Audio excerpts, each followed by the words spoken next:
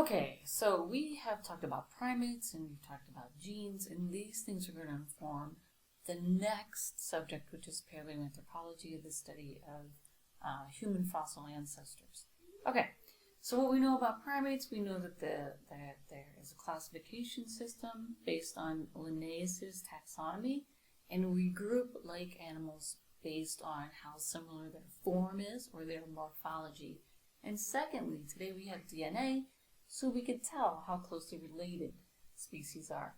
And of course, we're not just grouping these species just for the fun of it. We group them together so we can understand their phylogenetic relationships, so we can understand how closely related they are and what species they sprang from.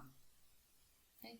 So we mentioned the features that all primates have in common. And of course, humans are another primate because we made the category, we share those features. And so the same applies to us. That is, we can look at our morphological features and our genetic features and see who is most closely like us. And of course, the apes, especially chimpanzees and bonobos, are most closely like us or more like us than any other species. Okay? And then secondly, we did look at genes in Chapter 7, and we learned what a gene was, and we learned what a nucleotide base is, right, AGCT, and we learned what a SNP is. A SNP is just a single letter mutation, right, in one of those bases. And there's other types of mutations that can happen too. You can have deletions, insertions, you can have duplications and reversals, all sorts of things. Sometimes those changes result in fairly small morphological changes, like changes in hair color, and sometimes they lead to very large and devastating changes like disease.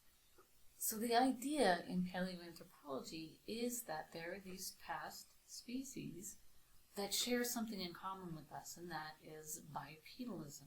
And bipedalism, when you think about it, is really important because there's no other primate species around today that's bipedal.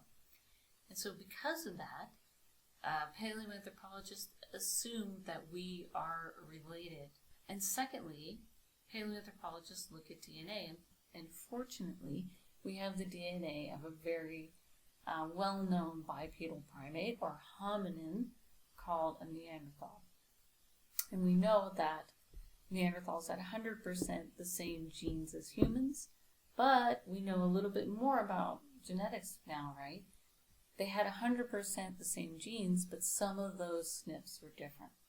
And so we're going to look at not just Neanderthals, but other bipedal primates, also known as hominins. We're going to look at 3 of them.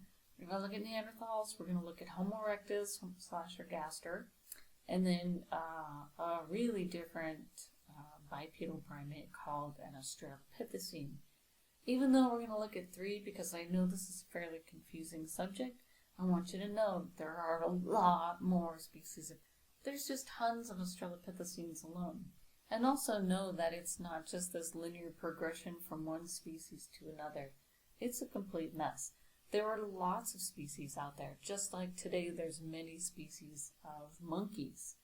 So we're going to look now at the morphological evidence for bipedalism. That is, how do we know if these creatures were bipedal in the first place?